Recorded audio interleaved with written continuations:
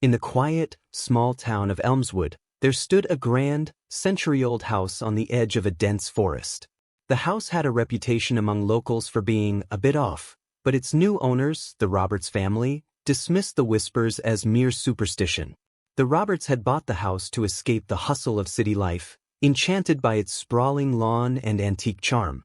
At first, everything was as idyllic as they had hoped. But soon after moving in, they began to notice subtle oddities, doors that creaked open on their own, lights that flickered without reason, and an eerie coldness in the basement that never seemed to dissipate. One particularly stormy night, when the wind howled through the trees and rain battered the windows, the youngest Roberts, a curious 10-year-old named Lucy, discovered an old, dusty trunk hidden behind a false wall in the basement. Inside, she found yellowed letters and faded photographs. The letters were written by a young woman named Eleanor, who had once lived in the house in the early 1900s. They told a story of a tragic love affair and a deep, sorrowful secret. According to the letters, Eleanor had been engaged to a man named Charles, who had mysteriously disappeared the night before their wedding. The letters spoke of Eleanor's anguish and her desperate search for him. Eventually, the letters stopped abruptly, and Eleanor's fate remained unknown. That night, as the storm raged on, Lucy's parents, Sarah and David, were awakened by a soft, melancholy melody drifting through the house. It was a piano tune, delicate and sorrowful, though the house had no piano. The sound was accompanied by the faintest echo of a woman's voice, weeping softly. Unable to sleep, Sarah decided to investigate.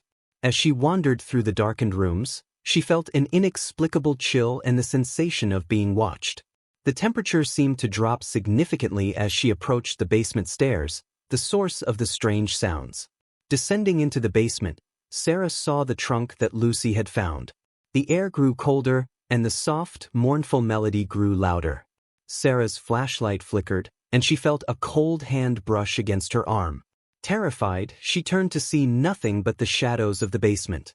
As she hastily made her way back upstairs, she heard a final, heart-wrenching sob echo through the house, followed by silence. That morning, Sarah found that the trunk had been inexplicably moved to a different part of the basement, its lid now slightly ajar. Over the next few weeks, the strange occurrences in the house intensified. Objects would move on their own, cold spots would appear at random, and the piano music continued to haunt the family. Determined to uncover the truth, Sarah researched the history of the house. She learned that Eleanor had indeed vanished under mysterious circumstances, her fate a tragic enigma. One night, Sarah returned to the basement with a candle and a heavy heart. She read aloud the final letters from Eleanor, hoping to provide some form of solace to the restless spirit. As she spoke the words of Eleanor's sorrow, the house grew eerily silent. The temperature returned to normal, and the piano music ceased. Though the Roberts family continued to live in the house, the strange occurrences gradually lessened. The ghostly melody and chilling presence became rare, but the house retained its reputation in Elmswood. The Roberts, now familiar with the house's history, respected its past and shared Eleanor's story with curious visitors, ensuring that the tragic love and heartache of Eleanor would never be forgotten.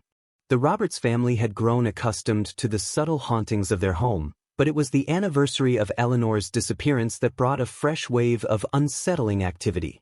Every year, on that night, the house seemed to remember Eleanor's sorrow more acutely. The family had learned to expect some disturbance, but this year was different. On the anniversary evening, Sarah, David, and Lucy gathered in the living room to discuss ways to commemorate Eleanor's memory. They decided to hold a small, private ceremony, lighting candles and placing flowers in the basement where Eleanor's trunk had once been. It was an act of respect and closure they hoped would appease the restless spirit. As the clock struck midnight, a heavy silence fell over the house. The candles flickered as if stirred by an unseen breeze. Sarah had just begun to speak words of remembrance when Lucy gasped. The temperature in the room plummeted, and the air grew thick with an oppressive sadness. Suddenly, the house seemed to come alive with activity. The lights began to flicker wildly, and the mournful piano music filled the air again, louder and more insistent than ever before. The Roberts felt a deep chill in their bones, and a sense of foreboding washed over them. In the midst of the chaos, Lucy noticed something strange. The photographs they had found in the trunk were now hanging on the walls of the living room, as though someone had meticulously placed them there. The faces in the photographs were those of Eleanor and Charles, but there was something different in their eyes, an urgent, pleading look. David, trying to calm his family, approached the photos. As he examined them, he realized that one of the pictures had a handwritten note on the back. The note read, "Find me." Determined to solve the mystery once and for all, Sarah and David decided to dig deeper into the house's history. They visited the local archives and found an old newspaper article detailing Charles's disappearance. The article mentioned that Charles had been last seen near the edge of the forest, not far from the Roberts' home. The Roberts decided to search the forest, hoping it might lead them to some clue about Charles's fate. Armed with flashlights and a sense of determination, they ventured into the woods that night, guided only by the faint light of their torches and the echoing piano melody that seemed to follow them. As they pushed deeper into the forest, the air grew colder and the fog thickened. They stumbled upon an old, abandoned cabin, partially hidden by overgrowth. Inside, they found remnants of a bygone era, rusted tools, old furniture, and in the corner, a dusty journal. The journal belonged to Charles. Its pages were filled with anguished entries about his failed escape from Eleanor's clutches, driven by some dark force he could never fully understand. Charles wrote about feeling trapped, not just by Eleanor's love but by a supernatural force that bound him to the cabin. In a final, desperate entry, Charles described how he had hidden a locket with Eleanor's picture in a crevice of the cabin's wall. He believed the locket held the key to breaking the curse that kept him bound to the house. With trembling hands, Sarah and David searched the cabin's walls and found the hidden locket. Returning to the house, they placed the locket at the base of the basement stairs and read aloud the final words of Charles's journal. As they finished, the house was engulfed in a sudden, peaceful quiet. The oppressive cold lifted, and the piano music stopped. Over the next few days, the house felt different, lighter, almost serene. The hauntings had ceased, and the Roberts family felt a profound sense of calm. They left the locket in the basement as a tribute to Eleanor and Charles, believing it had helped release the spirits from their torment.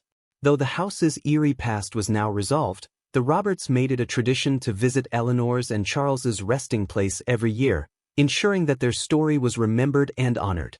The once troubled house had found peace, and the Roberts family had gained a deeper appreciation for the history and mysteries that lay within their home. Don't forget to subscribe and like if you like the story. Several months had passed since the Roberts family had laid to rest the lingering spirits of Eleanor and Charles. The house was quiet, and life seemed to have returned to normal. Yet, a subtle unease lingered in the back of Sarah's mind, a nagging feeling that not everything had been fully resolved.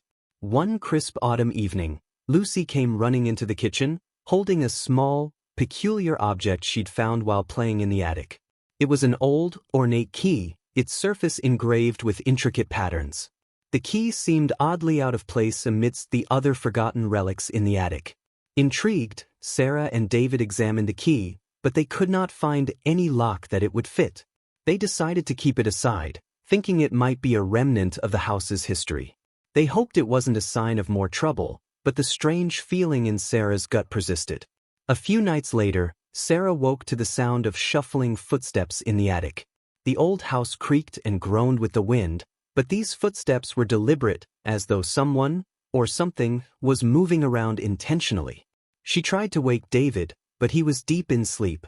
Deciding to investigate, Sarah climbed up to the attic with a flashlight. The space was cluttered with old furniture and boxes, and the air was musty. As she searched the attic, her flashlight beam fell on a small, hidden door in the wall, partially obscured by stacks of old books. Heart-pounding, Sarah took out the ornate key and, with trembling hands, tried it in the lock of the small door. To her astonishment, the key turned with a satisfying click. She opened the door and found a narrow staircase leading down into darkness. Torn between fear and curiosity, Sarah descended the stairs, her flashlight revealing a hidden chamber below the attic. The room was dimly lit by the soft glow of an old lantern, which seemed to have been recently used. The walls of the chamber were lined with strange symbols and occult markings. In the center of the room was an old, dusty book lying on a pedestal. Its cover was embossed with a symbol resembling the key Sarah had found. As Sarah opened the book, she discovered it was a diary of sorts, filled with accounts of dark rituals and summoning practices conducted by a former occupant of the house, a practitioner of the occult named Jonathan Blackwood. The diary detailed Blackwood's experiments with contacting otherworldly entities, including attempts to bind spirits and harness their power. The final entries were unsettling. They described how Blackwood had inadvertently summoned a spirit of malice and had tried to contain it using a locket and a series of occult protections. It became clear that Eleanor and Charles's tragic fate was a consequence of Blackwood's dark experiments. Suddenly, Sarah heard a soft, menacing whisper behind her. She spun around, but the room was empty. The whisper grew louder, echoing around the chamber, and the air turned icy cold. The lantern flickered, casting eerie shadows on the walls. Determined to finish what had been started, Sarah read aloud the closing passages of Blackwood's diary, hoping to reverse the damage. As she spoke, the oppressive atmosphere in the chamber began to change. The whispers faded, and the coldness lifted. With a final, dramatic flourish, Sarah performed a simple closing ritual she had read about in the diary, placing the book on the pedestal and lighting a small incense stick to dispel lingering energies. As she climbed back up to the attic and locked the small door behind her, Sarah felt the sense of completion. The house, though old and filled with history, seemed to breathe a sigh of relief. The shadows that once haunted it appeared to have finally lifted. The next morning, Sarah and David decided to share their discovery with the local historian, who confirmed that Jonathan Blackwood had been a notorious figure in town lore, known for his sinister practices. The historian helped them secure the chamber and its contents, ensuring that no further harm could come from the dark rituals. With the mystery of Jonathan Blackwood laid to rest and the spirits of Eleanor and Charles finally free, the Roberts family enjoyed a renewed sense of peace in their home. They continued their tradition of honoring the past, but now their home was simply a place of history, rather than one of haunting. As autumn turned to winter, the Roberts found solace in knowing they had confronted the darkness and had brought light back to their home. And though the past had left its mark, their courage and respect for history had ensured that the house would now be remembered not for its ghosts, but for the legacy of those who had faced its shadows. Winter had settled over Elmswood, and the Roberts family enjoyed a rare peace in their once troubled home. The snow-covered landscape outside was a stark contrast to the dark shadows that had once plagued their lives. Life seemed serene, and the house was quiet, save for the occasional creak of its old bones. But as January progressed, Sarah and David noticed a subtle change in their daughter Lucy. She had become withdrawn, her once bright eyes now clouded with a sense of unease. Her sleep was troubled by restless nights and murmurs in the dark. Despite their efforts to comfort her, Lucy insisted she was fine, though her distress was apparent.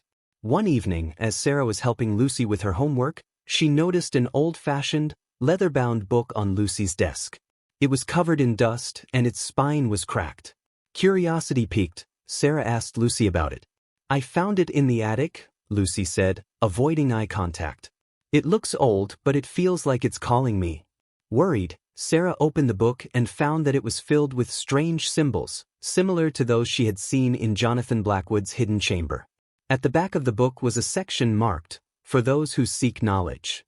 The text was written in a mix of languages and seemed to outline rituals and incantations. Sarah felt a chill run down her spine. It seemed the book had somehow found its way into their home from the hidden chamber, though they had thought it secured. She decided to show it to David, and together they tried to decipher its meaning. That night, as a fierce blizzard raged outside, Sarah was awoken by the sound of muffled chanting coming from Lucy's room. The eerie incantations seemed to resonate with the symbols from the book. Panicked, Sarah rushed to Lucy's room. To her horror, she found Lucy seated in the middle of the room, surrounded by a circle of candles. The room was filled with the faintest glow, and Lucy's eyes were closed, her lips moving silently in the dark. "Lucy!" Sarah called out, shaking her daughter awake. Lucy's eyes snapped open, and she looked at her mother with a mixture of fear and confusion. "I didn't mean to," Lucy whispered. "The book? It just wouldn't let me stop."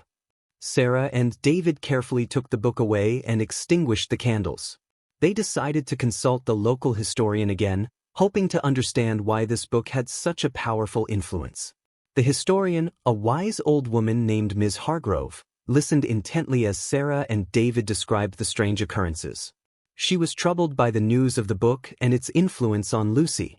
Ms. Hargrove revealed that the book was not just a relic of Blackwood's dark practices. It was an ancient artifact bound with blood magic, designed to influence and control those who sought forbidden knowledge. It had been cursed to find its way into the hands of the curious and to lead them into darkness. To break the curse, Ms. Hargrove explained, they would need to perform a ritual to neutralize the book's power. The ritual required a rare and complex set of ingredients, including a specific kind of salt, ancient herbs, and a blessed silver chalice. Sarah and David embarked on a quest to gather the necessary items. Their search took them to remote markets, ancient libraries, and consultations with other experts in the occult.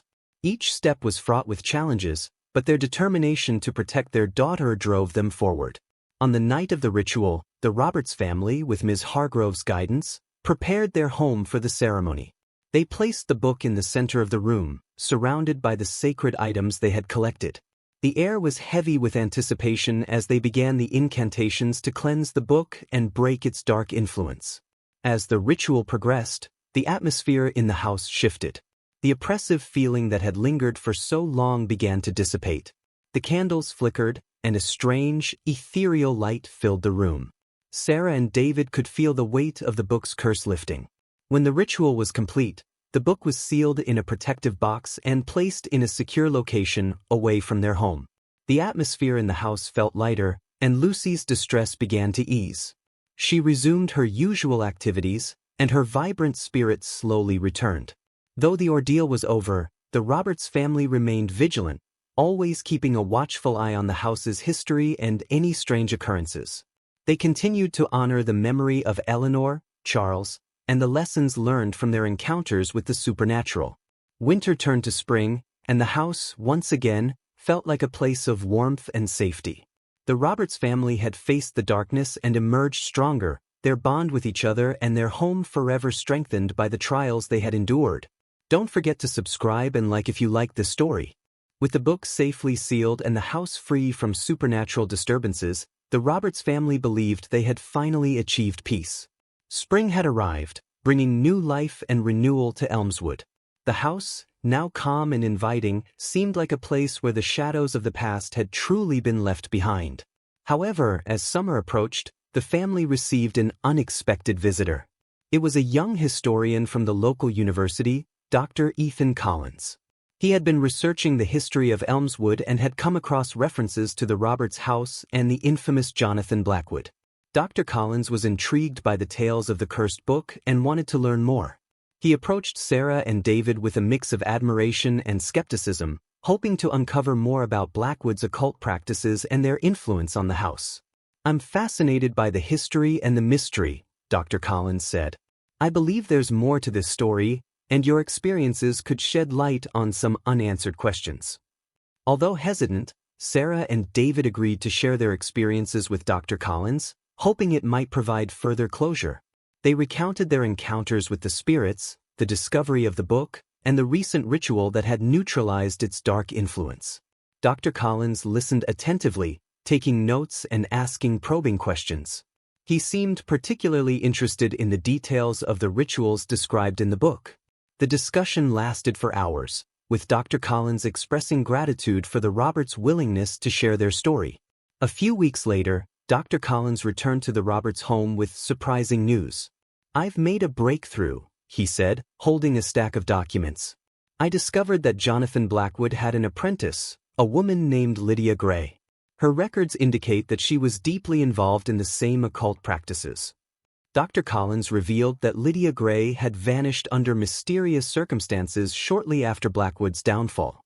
Her records hinted at a hidden agenda, to harness the power of the entities Blackwood had summoned and to escape her own fate. "Lydia's disappearance was never fully investigated," Dr. Collins continued. "But I found a reference to a hidden chamber beneath the house, one that predates Blackwood's time." Excited but anxious, Sarah, David, and Dr. Collins decided to investigate the possibility of another hidden chamber. They began a thorough search of the house's old blueprints and historical records, revealing an overlooked section of the basement. With Dr. Collins's help, they carefully excavated the area. After several days of labor, they unearthed an ancient, sealed door, different from the previous hidden chamber. The door was intricately adorned with symbols that matched those found in Lydia's records. When they finally opened the door, they discovered a hidden sanctuary. Inside were artifacts, scrolls, and a large, elaborate altar. At the center of the altar was an ornate box, similar in design to the one in which they had sealed the cursed book. Upon closer inspection, they realized this box was also designed to contain something powerful. Inside the box was an ancient manuscript, its pages filled with cryptic symbols and incantations. Dr. Collins, with his expertise, began to decipher it. As he worked, he uncovered a final, chilling revelation. Lydia Gray had attempted to forge a new pact with the supernatural entities, seeking to use their power to become immortal. However, her plan had backfired. The entities had tricked her, imprisoning her soul within the hidden chamber. The manuscript detailed the process to free her, but also warned of the dire consequences of doing so. Her release would allow the entities to cross over into the physical world. Faced with this new knowledge, Sarah, David, and Dr. Collins debated their next steps. Ultimately, they decided that the risk was too great. The chamber and its contents were sealed once more, with careful precautions taken to ensure they would never be disturbed. As they sealed the sanctuary, they made a pact of their own, one to protect their home and preserve its history while safeguarding against the return of dark forces. Dr. Collins, having witnessed the full extent of the house's mystery, agreed to help ensure the secrets of the sanctuary remained hidden and respected. With the mysteries of the past laid to rest and the house once again at peace, the Roberts family felt a renewed sense of security. They continued to honor the history of their home, knowing that while they had faced darkness, they had also emerged with a deeper understanding of its mysteries. The house, now a symbol of resilience and knowledge, stood as a testament to the bravery of those who had confronted its shadows. And though the past had left its mark, the Roberts family embraced their future with a sense of hope and a commitment to guarding the legacy of their extraordinary home. Don't forget to subscribe and like if you like this story.